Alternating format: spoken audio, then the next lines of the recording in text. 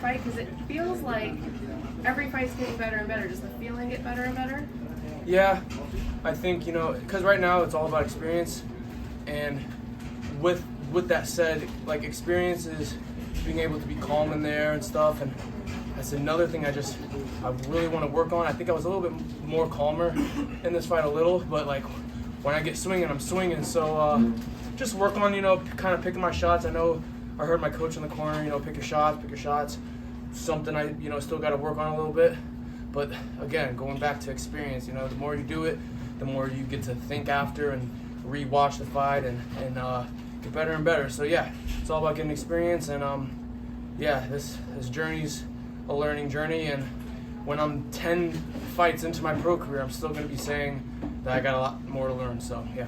Speaking of that pro career, I know you kind of almost promised us you would be turning pro after a win.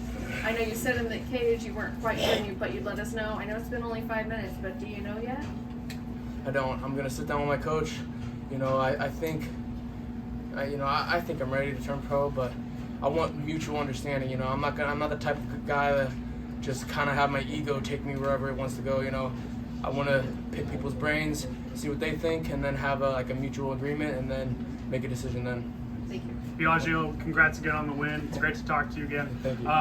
Can you talk to us a little bit? You've talked a little bit about the level of comfort you feel in the PFL now compared to the beginning of your PFL tenure. Can you kind of expand a little bit about that in terms of the adjustments and the improvements that you've made? Yeah. Each fight I want to get better. Each fight I want to improve from the last fight. So, yeah, in my next fight, you'll see more improvement from this last fight. And, when you're improving like that, you're getting better. And the fighting journey is just a learning journey, and I'm still learning. And I'll always be learning. I'm never going to be a fighter I'll never be satisfied, is what I'm trying to say. One last question from me. You mentioned in your post-fight interview, obviously there's so much going on in the world right now, yeah, in the Middle East. Can you kind of provide a message to those that are suffering and the families and the loved ones? Absolutely. It's easy for me to say. I'm not in that kind of circumstance right now, but man, my heart goes out to all of those who are oppressed and suffering each and every day. In the back room, I was looking at some of the footage about what's going on in Gaza, and then I get off my phone and I'm here doing this. It's crazy, man. So my heart goes out to all of them. Just keep your faith and trust in God, and like I said at the end of what I said after the fight, the truth will always prevail. Just keep going, man. It's hard to say when I'm not in those circumstances. Thank you. Yeah. And then Biaggio right here. So you came into the PFL. They brought you in for your name. How blessed do you feel that now that you have like 5 straight knockouts in the PFL, that you're more than just the name Ali? You were showing that you are a real MMA fighter. Yeah, absolutely. I'll always get compared to my grandfather. It's my grandfather. I was born into it. I didn't ask to be his grandson or anything. So when I have a pro record and I'm 32 years old or something like that, they're still going to mention my grandfather. So I don't expect that to ever go away. The only thing I can do is do me and fight and just get better at fighting. And, I'm not fighting for fame or money, none of that. I'm fighting so that I could help people who was once in my situation. When I was done playing football, I was lost. I didn't know what to do. Felt like I had no purpose. And, there's people out there that are going through even worse situations. So, I'm fighting so that I could someday be a mentor to those kind of people and let them know that there's light at the end of the tunnel, and that there could be brightness in the midst of darkness. Yeah, that's beautiful. And then also, I know you said you're not sure about the amateur to pro switch, but since you're at Extreme Couture, that's like a big gym out in Vegas, how easier does it make it that you're around guys that are professionals and amateurs as well? It really helps. You can't soar with the eagles if you're hanging with pigeons, right? You can if you're hanging with the eagles, though. And at Extreme Couture, there's so many high-level dudes. We have 3 current champions in 3 of the biggest MMA organizations in the world. You got Sean Strickland, Saudi Boo, and Patchy Mix now. So it just you know, goes to show just how big of a name Extreme Couture is and what kind of level fighters we have. Of course, Yeah. man. Enjoy the win. Thank you. Let's talk to you about your fight. So during the exchange when you had dropped your opponent, and of course you was looking for the knockout for the kill. In that moment when you adjusted to just keep composed and you landed that same right hand and dropped him and then you hit counter on the left, did you know that he was completely out then, or that's like something that you picked up on as the fight was going? I think like you said, I think it was a hook. He went down on the hook, and when he went down, that's when I saw he was out, and then I kind of got on his back just to be dominant, I guess. I don't know. I caught him in the right in the right place, and you know, I heard my coach saying, place your shots, you know, because it's all about the placement. That is what knocks people out. So. I honestly had no idea that I placed it in the right spot, but I did, and all praise be to God, man, because I do my best and God does the rest. Last question.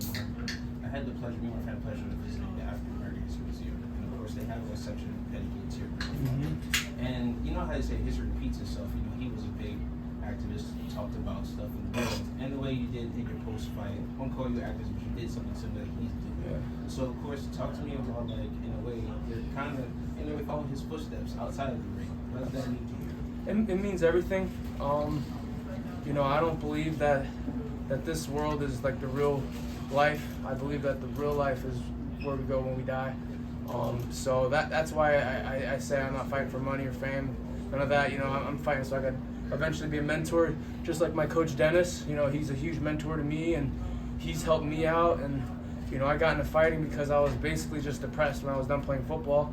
So, you know, I want to be a mentor like that to people who were once in my spot or even worse. So, yeah, money, fame, you don't take that when you die. You take good deeds, you take how you treated people and the love you can spread and how many people you can help. So that's all I really care about. What's up, Biaggio? Right over here. You have Matt Burnell. How you doing, man? Did you go to New York? I live in New York. I came here. Oh, okay. I thought you went to New York. I thought you thought the fights were in New York. No. Okay. I was outside the party. Okay. I was like, we're in DC, bro. Your boy Matt Burnell was sitting cage on, man. What do you think he'd say about that striking display you put on tonight? I heard him screaming liver shot. Really? And I went for the liver shot, and like right when I gotta rewatch it again, but I think when I went to the liver, he hit me with the right hand. And I was like, okay, maybe another time. Yeah, I actually heard Maz, and yeah, he's a huge mentor, a huge inspiration too. You know, if you watch him fight, you know he's in your face the whole time. You know, you can't breathe, like you just gas out. And going into this fight, I knew my opponent. It was his first time on this kind of big stage and stuff, so. Initially, I wanted to give him that kind of pressure and just kind of walk him down. So, great friend, great teammate. I look up to him a lot. Yep. Yeah. You're nominated for a World MMA Award. I think the award show is this month. You're nominated for the Fighting Spirit Award. You know that? Yeah. What would that mean? I don't know how I'm nominated. I'm an amateur. What would that mean to you though, to take that award home? It's a cool award. That would be great. Yeah. I think there's other people that deserve it more than I do. That are pro, and but I think that's great. I'm honored. Mm-hmm. Yeah. How proud are you of yourself in this moment? How well do you feel you represent your team, your family, most importantly yourself?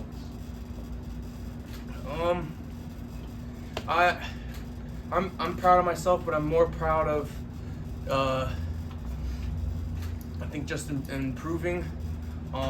There's so much more to learn and so much more to improve on. But yeah, I'm gonna just soak it in, and I'm proud of my teammates and their support, and my family and friends, and Coach Dennis, man, man, I'm so grateful for him. He helps me so much. He helps me stay calm, and to him, a fight is like going to the grocery store or something like that, and he makes it normal, because going into a fight, it's a big deal, and you put so much pressure on yourself, and even last night, like I walked up to my coach, I told him like I was pacing the room. I was very, very nervous, damn near scared. So hats off to Dennis, really. Best coach in the game? Best coach in the game, hands down. Thank you. I don't care what anyone says. And we got about 5 minutes of you tonight. Do you have a timetable of when you want to get back to action again? No clue. I hope Dunkin' Donuts is still open. Is it? Can someone check? It's open. It's open. Okay. Okay. That's a real. I'm not trying to be honest. That's a real question. But yeah, no clue. You know, I don't work at a nightclub anymore in Vegas, so I can actually like spend New Year's with my family. And my dad, he used to be an executive chef, so he's gonna freaking lay out all this food at the house. So yeah, I'm just gonna eat. Excitement. Yes, sir. Hey, Joe, we showed your history last week in our TV show in Brazil, and the fans, they asked how he's a security in a nightclub in Vegas. Did you quit this job or? I did actually. My last fight was in New York. After that fight, I came home and I was able to quit my job. You know, I wanted to just focus on fighting. I want this to be, this is my career. This is my job now. So, you know, I'm very lucky to be able to just focus on what I, you know, want to do. But working at a nightclub in Las Vegas, and you see some shit. I'm telling you, it's crazy. Biaggio, I see, first of all, great fight. One more thing, I see you growing out a mullet. Do you plan on continuing that? So, You're growing out a mullet. Are you planning on continuing that? I don't know. I might, one of my teammates, Blake, he's got a legit mullet if you want to see a legit mullet. But yeah, I don't know. My hair used to be super long, but you know, I like to just switch it up a little bit. Biaggio, you were featured on a Celsius commercial as a Celsius athlete. That's pretty cool. Not many amateurs are getting featured like that. Besides them, Celsius, are there any other people that are sponsoring you that are helping fund this ride for you? Yeah, right now my two sponsors are Celsius and OnlyFans. OnlyFans, I post a lot of training footage and you know, just training pictures and stuff with my coaches, maybe some technique stuff. You know, I'm not posting lingerie pics and shit. Not yet. That's not what it's. You know, it was initially for athletes. So yeah, me and my brother, we're both sponsored by OnlyFans, and we like to post training footage. And anyone who wants to kind of get a scene or a glimpse behind the scenes. So yeah, very cool. Yeah, Joe, you have a lot of fans in the Middle East. If you're able to say something to them, what would it be? Yeah, alhamdulillah. None of us would be here without God, and I'm a huge fan of what is going on out there, and especially Saudi Arabia with the boxing that they're doing and a lot of the events that they're doing. So I would love to, you know, inshallah, come to the Middle East and visit all my brothers and sisters, and yeah, so. Yeah, so I know you said that you're still not, you think about pro, but you're not going to it. What grade would you give yourself tonight at performance? Well, rating? What grade? C plus maybe, yeah. I only give myself a C because, like, when I throw, I'm really trying to just put you out. But I gotta just, you know, place my shots a lot better. I know I have the power, so I don't really have to kind of, you know, I don't really have to do that. So just kind of place my shots more and be more technical. And as a follow-up, what do you think Sean Strickland, what grade would he give you for tonight's performance? He might give me a B just for the aggression. You know, Sean's a very aggressive guy, so maybe he'll give me a B. I don't know. Maybe if I'm lucky. Biaggio, your leg kicks and takedown defense tonight were something that was very impressive. Can you just talk about the evolution of that throughout your career? Absolutely. You know, my favorite fighter is Justin Gaethje, and you know how Gaethje is with the leg kicks. So, yeah, he was a taller dude, so I didn't want to throw high kicks. I wanted to kind of chop at the legs. So, yeah, and you could tell it hurt him too because he switched to southpaw after a couple of those, and he even said to me, like, we were talking during the fight, he even said to me, he's like, ow. But, yeah, no. Last question. Oh, yes, Brandon with the DMV MMA Insider. I want to find out, when did you find your timing? And then, because I seen that you had such a high volume in the first as well as the second round, when did you find your timing in your range? I think, like, sometimes I'll kind of do this. I'm not trying to land a jab or anything, but I just want to see where I'm at. by using my reach and kind of adjusting where he is from the tip of my knuckles. So I kind of do that to kind of get my range a little bit, and then I go. But again, there's so much to improve on. There's, yeah, sky's the limit, man. I'm just learning and learning and learning and learning. Excellent counsel. Thank you. Thank you. Thank you guys. Thank you guys so much.